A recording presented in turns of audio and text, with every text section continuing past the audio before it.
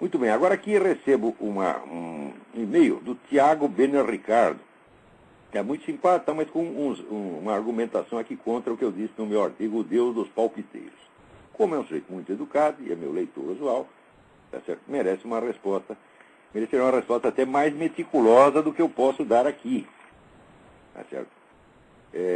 Mas ele diz, tive a impressão de que o senhor imagina que os ateus devem ou querem provar algo, mas isso revela um equívoco. Os ateus afirmam que a existência de Deus não está provada.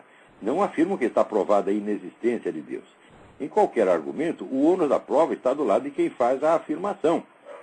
Se uma pessoa afirma ter inventado um dispositivo antigravidade, não cabe a outro provar que tal coisa não existe. Olha, isso aí... Primeiro você está confundindo, Tiago. Isso é falta de prática. Você está confundindo a estrutura interna do argumento, que é o que realmente vale, com a sua expressão verbal. Quando se diz não está provado, quer dizer, não está provada por meios científicos, e estes meios científicos são considerados o único meio de prova válido. E aquilo que não está provado por meios científicos se torna automaticamente mera opinião pessoal subjetiva.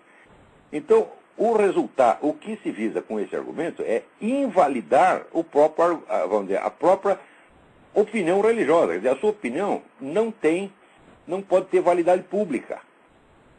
Tá? Tem que ser apenas uma opinião privada. Esse é o objetivo. Tá certo? Ora, então, em primeiro lugar, esses métodos científicos reconhecidos para discutir esse assunto não vale nada. A ciência não tem a condição, tá certo? Nenhuma ciência tem a condição de julgar esse assunto. É exatamente isso que eu estou falando.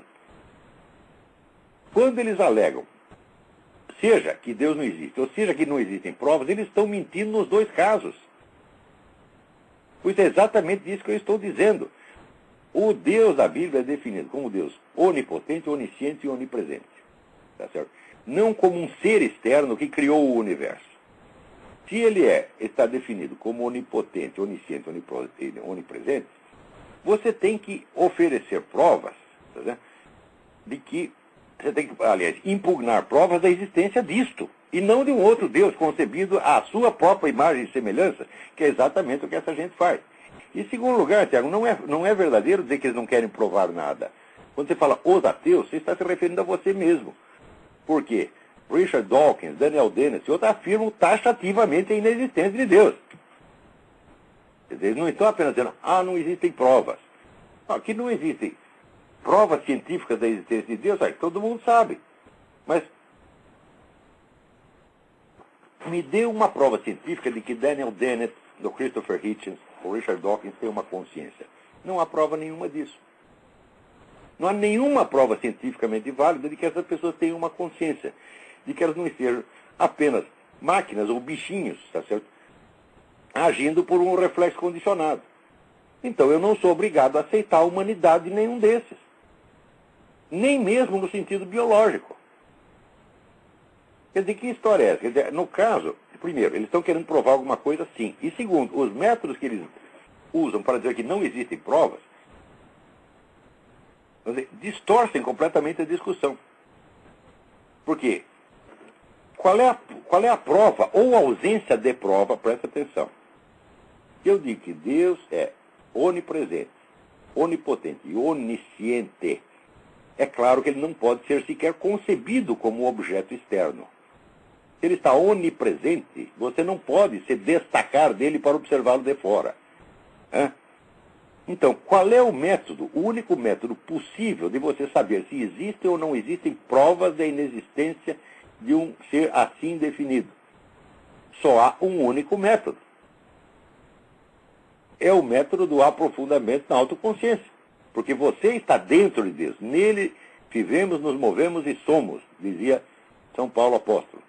Portanto, somente através do aprofundamento da autoconsciência é possível colocar o problema em discussão. Se não faz isso, é uma tolice dizer que não existem provas. Não existem provas da existência de um Deus externo, de um Deus coisa, que é, vamos dizer, uma coisa maior que criou outra coisa menor. Não existem provas disso, mas essa colocação é precisamente pueril. A colocação que esse pessoal faz é pueril. Agora, Você dizer que o ônus da prova está do lado de quem faz a afirmação, tá certo, só que é o seguinte, a existência de uma entidade onipresente, onisciente e onipotente está dada pela simples existência da realidade. Não é uma coisa que seja contestável. Tá certo? A não ser que você prove, tá certo? Que não existe consciência dentro da realidade, que não existe autoconhecimento. Se existe autoconhecimento numa única pessoa no universo, existe autoconhecimento no universo. Dá para entender ou não? Se você pode dizer a palavra eu, com alguma consciência de causa, é porque isso existe dentro do universo.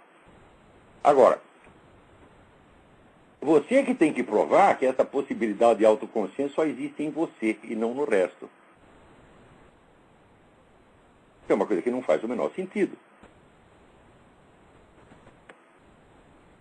Para que exista, presta atenção, autoconsciência em você, é necessário que exista autoconsciência no universo. Dá para entender ou não?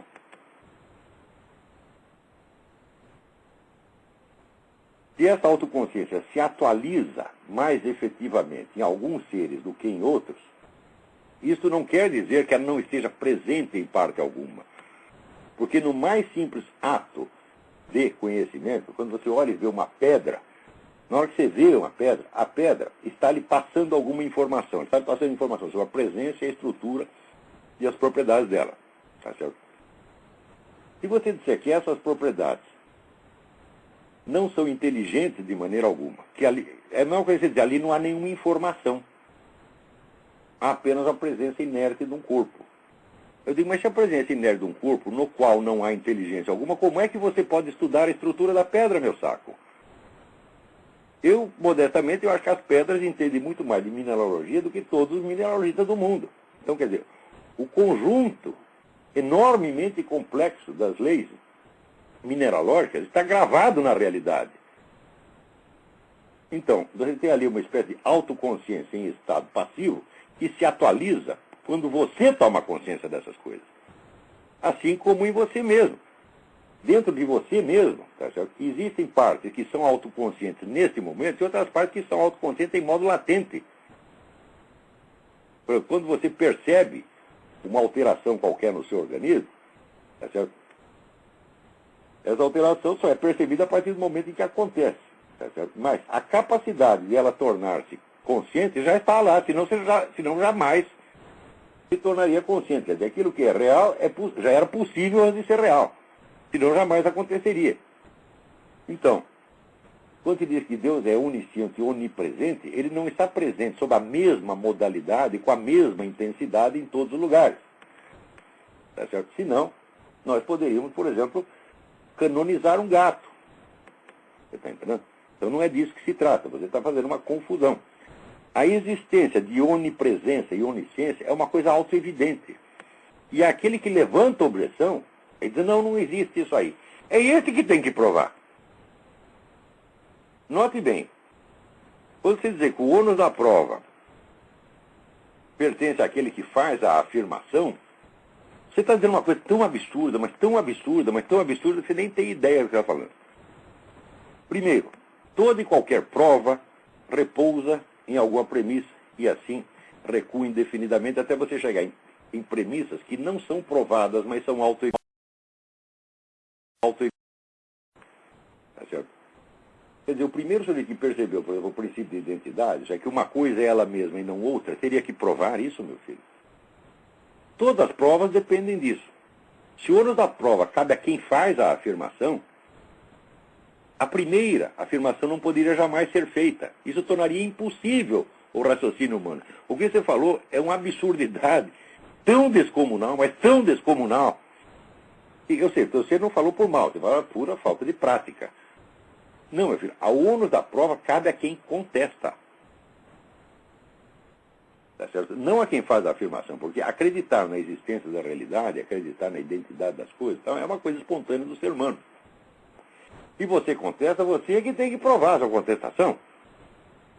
O fato de que os primeiros princípios da lógica não possam em si mesmos ser jamais provados, e que deles depende a prova de tudo mais, já te demonstra com a máxima clareza que não é possível isso que você está dizendo, que o ônus da prova cabe a quem afirma.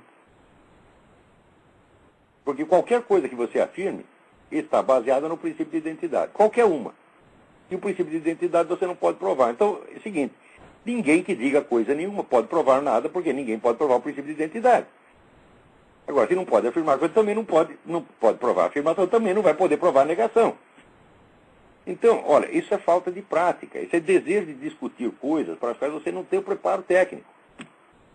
Agora, se você não tem o preparo técnico, está certo, você é um jovem que começou a estudar. Agora, o seu Richard Dawkins, que escreve livro lido no mundo inteiro, o seu Daniel Dennett, que diz que é filósofo, é absolutamente imperdoável que eles queiram discutir Deus quando eles nem sequer apreendem o conceito.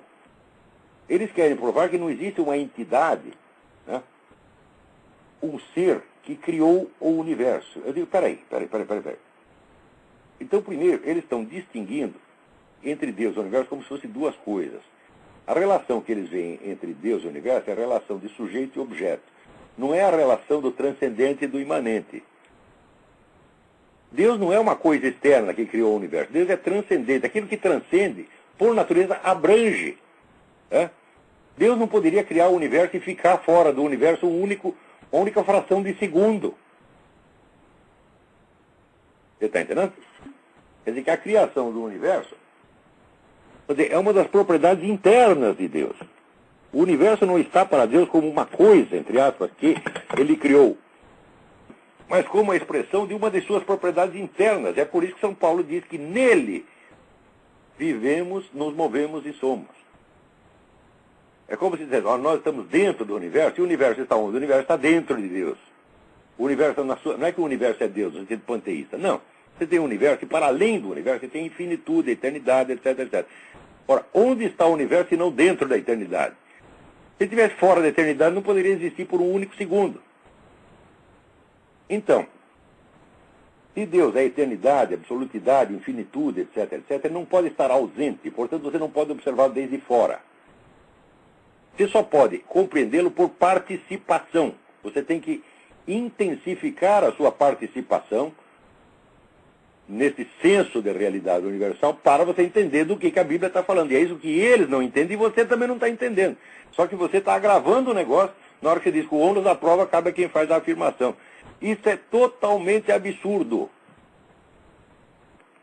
Tá certo? Em segundo lugar, a busca de provas só é justificável quando você está falando de uma coisa duvidosa e que não é autoevidente. E a busca da prova científica só é legítima dentro daqueles territórios já perfeitamente recortados e definidos pela ciência. Você sabe o que é uma ciência, Tiago? Ciência é o seguinte, você faz uma hipótese de que um certo campo de fenômenos tem uma certa homogeneidade. E que essa homogeneidade é definida por certas constantes. Em seguida você vai investigar essas constantes. Isso quer dizer que, em primeiro lugar, nenhuma ciência pode estudar a realidade concreta. A ciência só pode estudar recortes feitos hipoteticamente. E tudo o que ela diz só vale dentro desses recortes feitos hipoteticamente. Nenhuma ciência pode dizer A sobre a realidade concreta, porque o conceito de realidade concreta não existe para a ciência. Agora, Deus só pode existir, meu filho, como realidade concreta. Então isso significa o seguinte, que todos os métodos dessa ciência para investigar esse assunto vale bosta, você está entendendo? Vale bosta. É coisa de criança achar que um sujeito que porque tem um diploma de biologia pode investigar questões de ordem metafísica como essa. Para investigar essas questões precisa ter um treinamento específico, que eles não têm absolutamente, e que você também não tem. Só que é o seguinte, de vocês não é exigível. Se você é um homem de boa vontade, está tentando discutir uma coisa, e comete equívocos próprios do principiante. Mas eles não têm o direito de ser principiantes.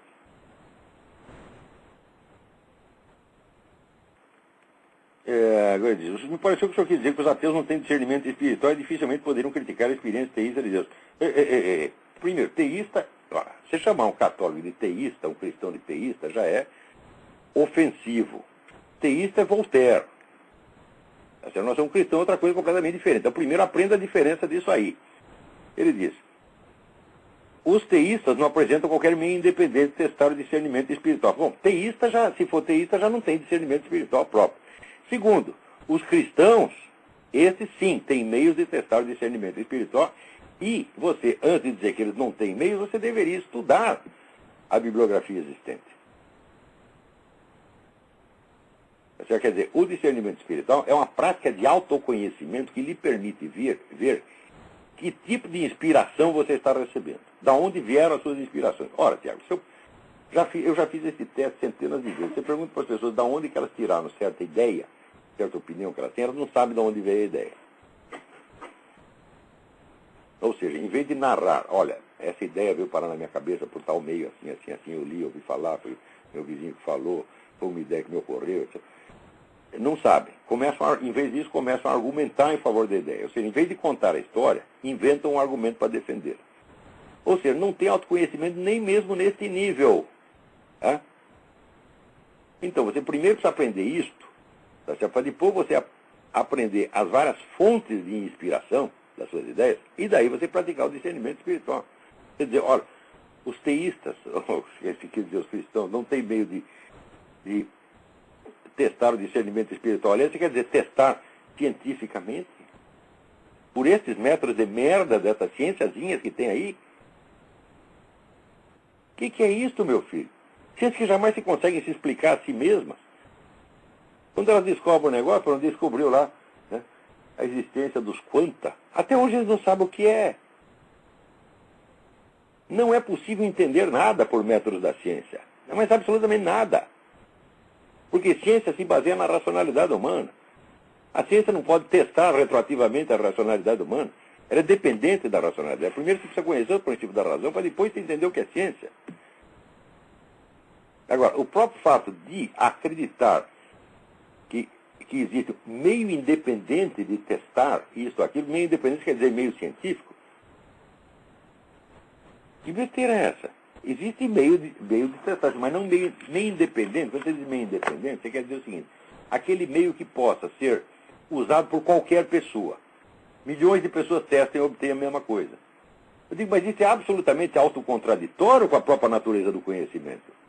Tudo aquilo que pode ser testado por todo mundo é um conhecimento secundário, tá certo? Que não se refere à realidade concreta, mas se refere a certos recortes já previamente feitos que são conhecidos uniformemente por todas as pessoas. Nenhuma questão fundamental pode ser testada independentemente. Né? Eu lhe dou um exemplo. Você é testemunha de um assassinato. Você viu um sujeito matando o outro. O cara não deixou pista, não tem nada, só você viu. Qual é o meio de testar isso independentemente? Não há nenhum. Agora, você quer ter mais certeza do que essa? Você viu, você era testemunha, você estava lá. Você era a única pessoa que estava lá. Esse conhecimento é de uma validade extrema. E, no entanto, não há nenhum meio independente de testá-lo. Mais ainda, qualquer meio independente de testar o que quer que seja, depende do depoimento das várias pessoas que testaram. Ou seja, se não há conhecimentos que são válidos, universalmente válidos, absolutamente válidos, e que são inacessíveis a teste, também não há validade de teste algum. Você está entendendo o lupa, a confusão que você está entrando? Então, vai ter que estudar esse negócio melhor. Mas eu ainda não vou comentar o resto, porque qualquer hora eu vou dar uma aula baseada nisso. As suas perguntas são boas. Né? Espero que tenha entendido.